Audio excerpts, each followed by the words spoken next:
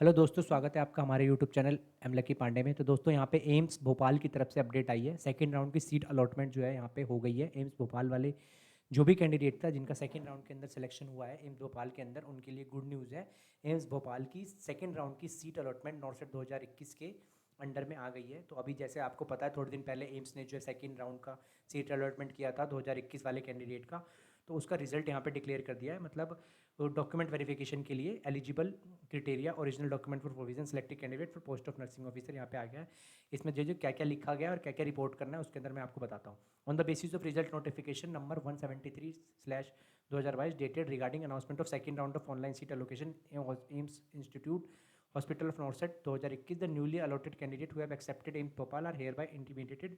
मतलब जो newly allotted candidate है, मतलब जो कैंडिडेट्स जिनको पहली बार, मतलब नए कैंडिडेट जिनका फर्स्ट राउंड में नाम नहीं आया था, उनका सेकंड राउंड के अंदर जिनको जो है एम्स भोपाल अलॉट हुआ है उनको वेरिफिकेशन के लिए इसके अंदर बुलाया गया है। तो उनको कहाँ बुलाया गया? शेड्यूल ऑफ डॉक्यूमेंट वेरिफिकेशन है, उनको रिपोर्ट करना है LT1 ground floor medical college building AIIMS Bhopal report करना है। टाइम दे रखा है यहाँ पे 9 AM से 10 AM के बीच में रिपोर्ट करना है और 18 तारीख को रिपोर्ट करना है। आज 15 तारीख है तो 15 तारीख को नोटिस निकला है और 18 तारीख को आपको रिपोर्ट करना है। All candidate aspirants are hereby to inform attend the physical verification. आपको फिजिकल वेरिफिकेशन के अंदर पार्टिसिपेट करना है। All candidate as per Annexure 2 who are allotted in Bhopal in the first round as well as in the second round of seat allotment whose document have been verified and found eligible as per document verification in first round, जिनको first round के अंदर seat allot हो गई थी, ठीक है, लेकिन उन्होंने ऑप्शन 2 चूज़ करा था और उनको वापस से सेकंड राउंड के अंदर हुई है और उनका डॉक्यूमेंट ऑलरेडी वेरीफाई हो गया है, वो ऑलरेडी एलिजिबल पाए गए हैं in the first round of seat are hereby inform that offer of appointment will issue to them separately. उनको अलग से जो है ऑफर ऑफ अपॉइंटमेंट दिया जाएगा।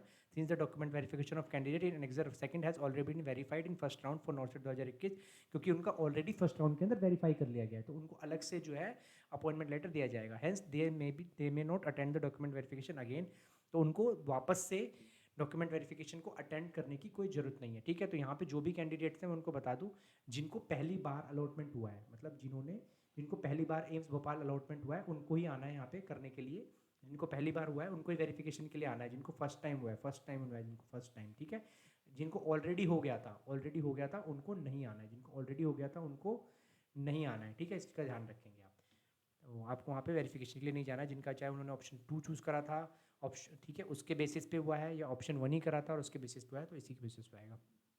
The candidate of the shortlisted candidate as per Annexure 1 and 2 is purely provisional subject to verification and fulfillment of the eligibility criteria। जो भी rules and regulation है उसको फॉलो करके जो है सारा का सारा ये हुआ है। फाइनल डिसीजन मेकिंग जो है वो किसके हाथ में, इसके हिसाब से एग्जीक्यूटिव डायरेक्टर के हाथ में है, जो कि एम्स के हैं उनके हाथ में है, ठीक है। अब आपको क्या क्या लेके जाना है तो आप देख सकते हैं। सेल्फ अटेस्टेड कॉपी चाहिए 1 सेट की, क्या है, प्रूफ डेट ऑफ बर्थ चाहिए एजुकेशनल क्वालिफिकेशन के लिए, ओरिजिनल हो प्रोविजनल हो, along with proof of date of result, मतलब उसके ऊपर डेट लिखा होना चाहिए। Valid registration certificate as a grade nurse, जो कि पहले हो council, Indian nursing council on और बिफोर 30/10/2021 से पहले इशू होना चाहिए वो, मतलब 30/10/2021 से पहले आपका RN नंबर आपके पास आ जाना चाहिए।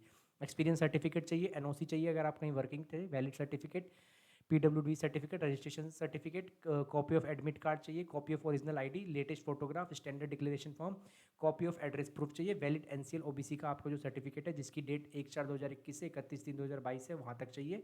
Any other relevant document we supports your candidate, ये चाहिए आपको, ठीक है। इस चीज़ का ध्यान रखना है आपको। नोट्स हैं यहाँ पे, no TA DA will be paid for attending the document verification. कोई भी TA DA नहीं पे किया जाएगा, आपको ये अपने ही एक्सपेंस पे करना है। ये अगले दिन तक भी कंटिन्यू रह सकता है, तो इसके अकॉर्डिंगली आपको प्लान करके आना है। स्टे का आपको अगले दिन का भी सारा प्लान करके आना है। ये सारी चीज़ें इसके अंदर बोली गई है। If any of the candidate fails to report for document verification as per schedule mentioned above, his or her candidate for the post will be treated. अगर आप नहीं कर पाते हैं तो आपकी पोस्ट को कैंसिल कर दिया जाएगा। Should not date short listing of candidate verification should not entail any right of issuing appointment, ठीक है।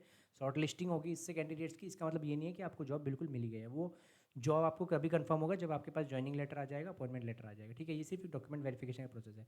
कोई भी तरीके की क्वेरीज है आपको तो आप इस नंबर पर कॉल कर सकते हैं और इस ईमेल के ऊपर मैसेज करके उनसे पूछ सकते हैं। प्लीज़ विजिट इंस्टीट्यूट, और इंस्टीट्यूट लास्ट मिनट आप चेंज की डिटेल के लिए आप उसके ऊपर विजिट कर सकते हैं। आने से पहले एक बार आप जो है वहाँ पे विजिट कर सकते हैं, ठीक है।